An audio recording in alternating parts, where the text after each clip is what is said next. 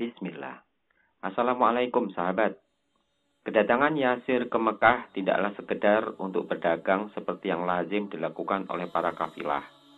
Bagi Yasir dan kedua saudaranya, Al-Haris dan Malik, perjalanan ini bermakna lebih dari sekadar mencari keuntungan materi. Mereka memulai perjalanan itu untuk mencari saudara mereka yang telah menghilang tanpa jejak selama bertahun-tahun, tanpa sedikit pun mendapatkan kabar tentang keberadaannya. Dengan tekad yang bulat, ketiga pemuda itu mengembara ke seluruh penjuru Mekah, menanyakan kepada setiap orang yang mereka jumpai tentang keberadaan saudara mereka.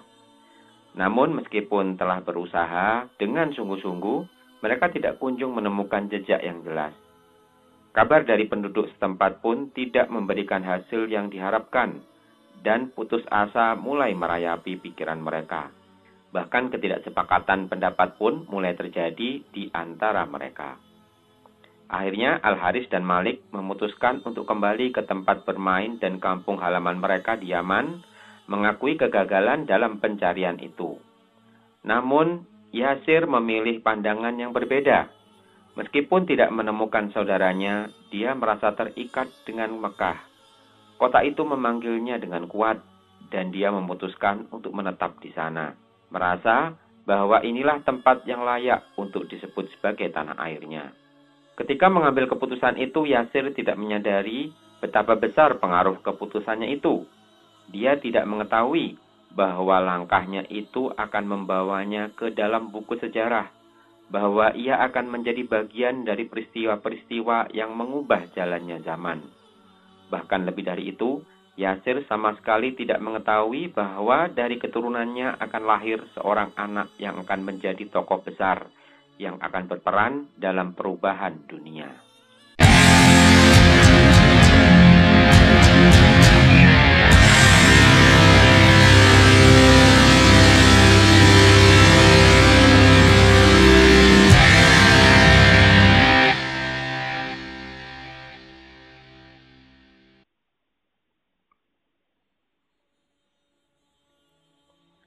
Yasir menyadari bahwa tidak memiliki keluarga atau kerabat yang dapat melindunginya di Mekah, namun ia merasa yakin bahwa jalan hidupnya telah ditentukan oleh takdir yang lebih besar dari dirinya sendiri.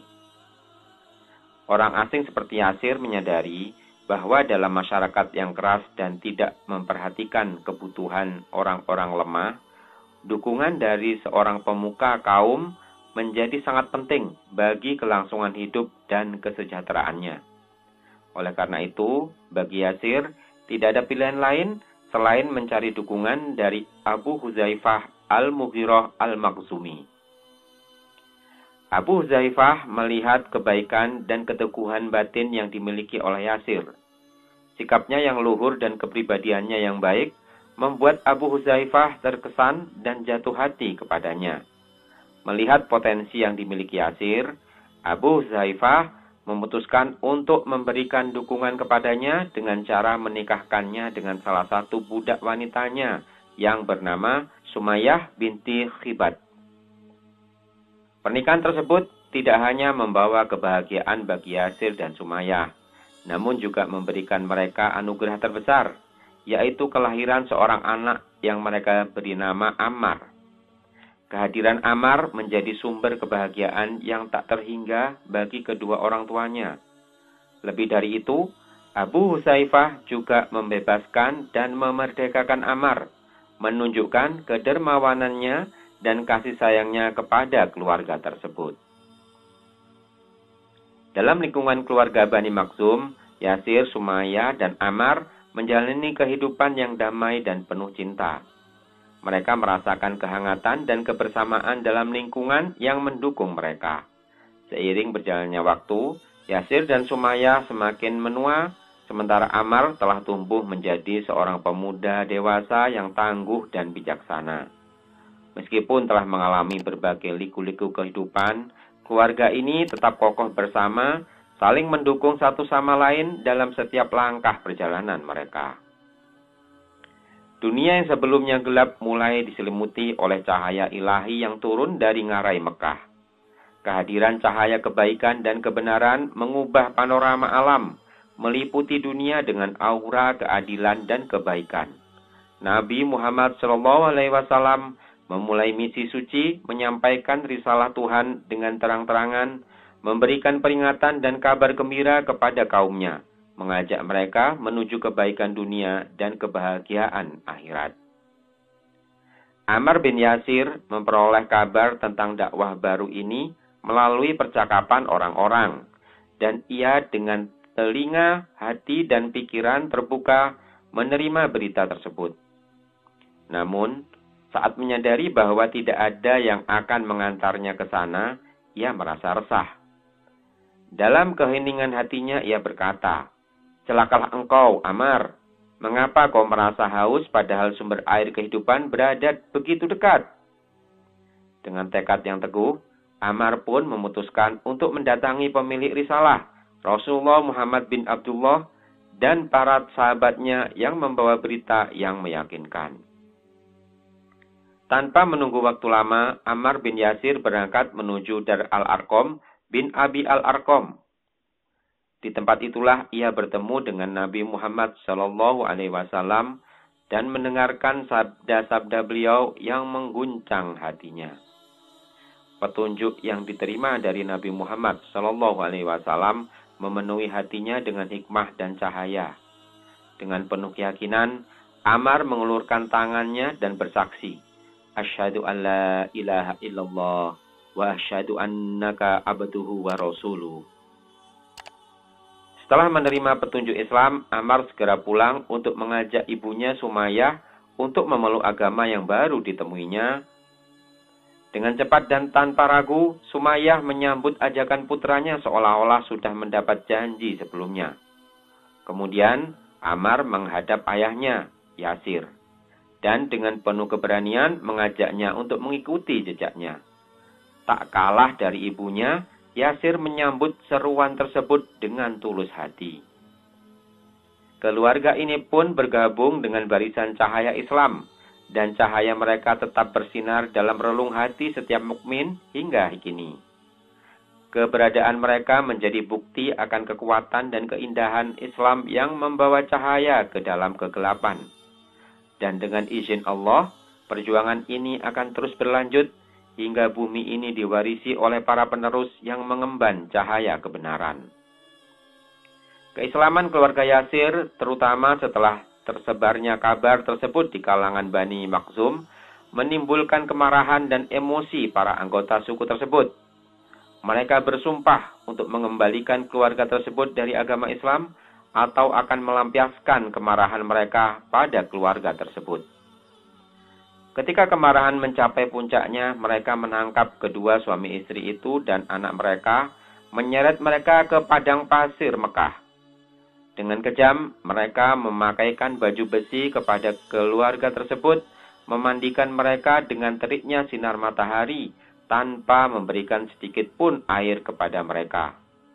Mereka melanjutkan penyiksaan dengan penuh kekejaman, memukuli keluarga tersebut tanpa henti, hingga kerongkongan mereka kering, kulit mereka pecah, dan darah mereka bertetesan. Penderitaan mereka tak berhenti sampai di situ. Para penindas menyatakan bahwa mereka akan membiarkan keluarga tersebut pada hari itu agar mereka bisa melanjutkan penyiksaan pada keesokan harinya. Pada suatu hari, Rasulullah SAW melewati tempat penyiksaan tersebut, merasa sedih karena tak memiliki kekuatan untuk menolong mereka secara fisik. Namun, beliau SAW memberikan dukungan moral kepada keluarga Yasir dengan mengatakan bahwa tempat mereka di surga. Maka, jiwa keluarga Yasir menjadi tenang dan wajah mereka berseri-seri menunjukkan tanda-tanda ridho. Penyiksaan terus berlanjut. Sumayyah saat tengah disiksa dikunjungi oleh Abu Jahal yang mencacinya dengan keras dan menghinanya. Meski mengalami penyiksaan yang amat mengerikan, Sumayyah tetap tegar. Abu Jahal kemudian mengangkat tombaknya dan menusuk Sumayyah di bagian bawah perutnya hingga ujung tombak menembus punggungnya. Dengan keberanian yang luar biasa, Sumayyah menjadi syuhada pertama dalam Islam. Itu memberikan penghormatan dan kemuliaan bagi dirinya. Sedangkan Yasir, ayah Ammar, juga meninggal syahid saat disiksa dengan bersyahadat bahwa tidak ada Tuhan selain Allah dan bahwa Muhammad adalah Rasulullah. Kematian mereka telah menunjukkan kesetiaan kepada ajaran Islam meskipun dihadapkan pada penyiksaan yang paling kejam sekalipun. Penyiksaan yang dialami oleh Ammar semakin tak terkendali setelah kematian kedua orang tuanya. Para Al-Gojo yang menyiksanya telah melampaui segala batas dalam kekejaman mereka. Pada suatu hari, Ammar datang kepada Rasulullah SAW dengan wajah yang penuh kesedihan dan duka. Meskipun berusaha untuk menatap beliau SAW, Ammar tidak sanggup mengangkat pandangannya ke arah Rasulullah SAW. Rasulullah SAW dengan penuh perhatian bertanya kepadanya, "Apa yang terjadi, wahai Ammar?" Dengan suara lirih dan biru, Ammar menjawab, "Keburukan terus menimpa saya, ya Rasulullah." Rasulullah SAW bertanya lebih lanjut, "Apa yang terjadi?" Ammar dengan penuh kesedihan melanjutkan, "Saya disiksa dengan kekejaman yang luar biasa. Jika penyiksaan ini ditimpakan pada gunung, pasti gunung itu akan runtuh. Para musuh Allah tidak puas hanya dengan membakar tubuh saya dengan terik matahari. Mereka bahkan membakar tubuh saya dengan api. Mereka memaksa saya untuk menangkapmu dan mengucapkan kebaikan tentang berhala mereka. Dan saya pun melakukannya." Dalam keadaan tersungkur, Ammar menangis dengan terseduh-seduh, menyiratkan derita yang mendalam. Rasulullah SAW dengan penuh belas kasih bertanya, "Bagaimana keadaan hatimu, wahai Ammar?" Dengan tekad yang teguh, Ammar menjawab, "Hatiku merasa tenang, ya Rasulullah." Rasulullah SAW dengan penuh kasih sayang menghibur Ammar. "Engkau tidak akan mendapatkan dosa atas apa yang mereka lakukan kepadamu. Dan jika mereka kembali menyiksamu, kamu boleh mengatakan apa yang pernah kamu ucapkan." Dalam kesulitan dan penderitaannya, Ammar tetap teguh dalam imannya, dan keberanian serta keteguhannya menjadi teladan bagi seluruh umat Islam. Lalu, Allah Subhanahu wa Ta'ala memuliakan Ammar dan menurunkan tentang dirinya sebuah ayat, yaitu Al-Quran Surat An-Nahl ayat 106. "Man kafara billahi min ba'di imanihi illa man ukriha wa qalbuhu mutma'innum bil iman." Barang siapa yang kafir kepada Allah sesudah dia beriman, dia mendapat kemurkaan Allah, kecuali orang yang dipaksa kafir padahal hatinya tetap tenang dalam beriman. Dia tidak berdosa. "Walakin man syaraha bil kufri sadran fa'alaihim ghadabun minallahi walahum adzabun azim." Akan tetapi orang yang melapangkan dadanya untuk kekafiran, maka kemurkaan Allah menimpanya dan baginya azab yang besar. Saat Rasulullah SAW memberikan izin kepada para sahabatnya untuk berhijrah ke Madinah, Ammar adalah salah satu yang memilih untuk hijrah demi menyelamatkan agamanya. Setibanya di Kuba, tempat kediaman awal para muhajirin, Ammar segera mengajak mereka untuk mendirikan sebuah masjid agar mereka bisa melaksanakan sholat bersama. Ajakan ini disambut hangat oleh para muhajirin, dan masjid yang dibangun oleh Ammar bin Yasir menjadi masjid pertama yang didirikan pada masa Islam.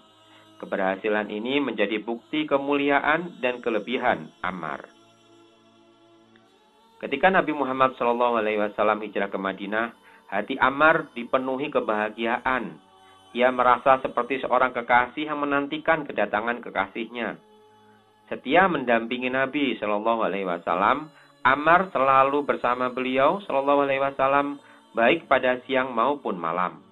Rasulullah SAW pun membalas kecintaan Ammar dengan ucapan penuh kasih. Telah datang orang baik yang dianggap baik. Setiap kali Ammar mendekati Rasulullah SAW, beliau SAW menyambutnya dengan ucapan yang penuh kehangatan, menunjukkan betapa besar penghargaan dan kasih sayang yang dimiliki Rasulullah Shallallahu Alaihi Wasallam terhadap Ammar.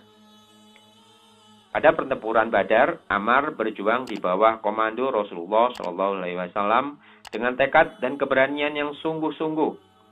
Yang menjadi catatan khusus tentang Ammar adalah bahwa ia adalah satu-satunya di antara kaum muslimin yang ikut berjuang dalam pertempuran tersebut, padahal kedua orang tuanya telah menjadi syuhada sebelumnya. Dengan hati yang penuh kesungguhan, Ammar tetap melanjutkan perjuangannya meskipun harus menghadapi kenyataan yang sedemikian berat. Keberaniannya dalam menghadapi situasi yang sulit dan kesetiaannya kepada Islam dan Rasulullah Shallallahu Alaihi Wasallam menjadi bukti nyata dari keteguhan iman dan keberanian yang luar biasa. Setelah Rasulullah Shallallahu Alaihi Wasallam kembali ke rahmatullah, banyak bangsa Arab yang kembali murtad dan keluar dari Islam. Pada saat yang genting itu, Ammar memiliki sebuah kisah yang sangat terkenal dalam perang Yamamah. Saat itu, para sahabat Rasulullah Shallallahu Alaihi Wasallam sedang bertempur dengan sungguh-sungguh dalam perang. Banyak hufat atau penghafal Al-Quran yang telah gugur dan pasukan Muslim mulai terdesak. Pada saat itulah Ammar bin Yasir berdiri di atas sebuah batu yang tinggi. Meskipun sehelai daun telinganya hampir terputus dan masih tergantung di kepalanya, Ammar dengan penuh semangat berseru kepada kaum muslimin. Wahai kaum muslimin, apakah kalian hendak berlari meninggalkan surga? Mari ikuti aku, wahai kaum muslimin. Dengan tekad yang tak tergoyahkan, Ammar berlari ke hadapan barisan kaum muslimin, meskipun telinganya masih bergantungan di pipinya. Semangat yang ditunjukkan oleh Ammar membangkitkan semangat pasukan muslimin, sehingga mereka mampu mengalahkan Musailamah al-Kadzab.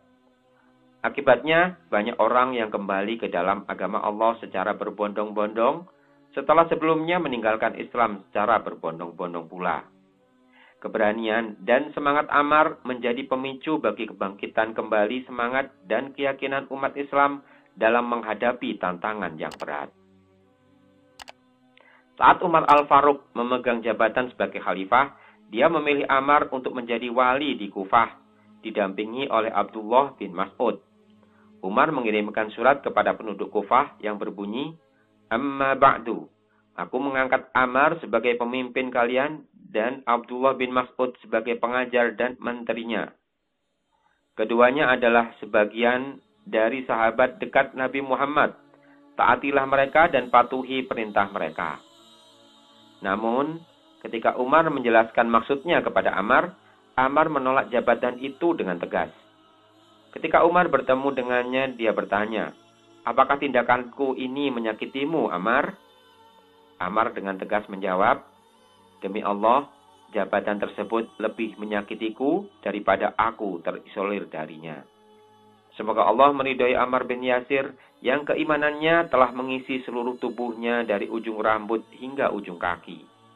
Semoga juga Allah meridhai orang tuanya, Yasir dan Sumayyah, yang rumah mereka dipenuhi dengan iman yang teguh dan penuh berkah.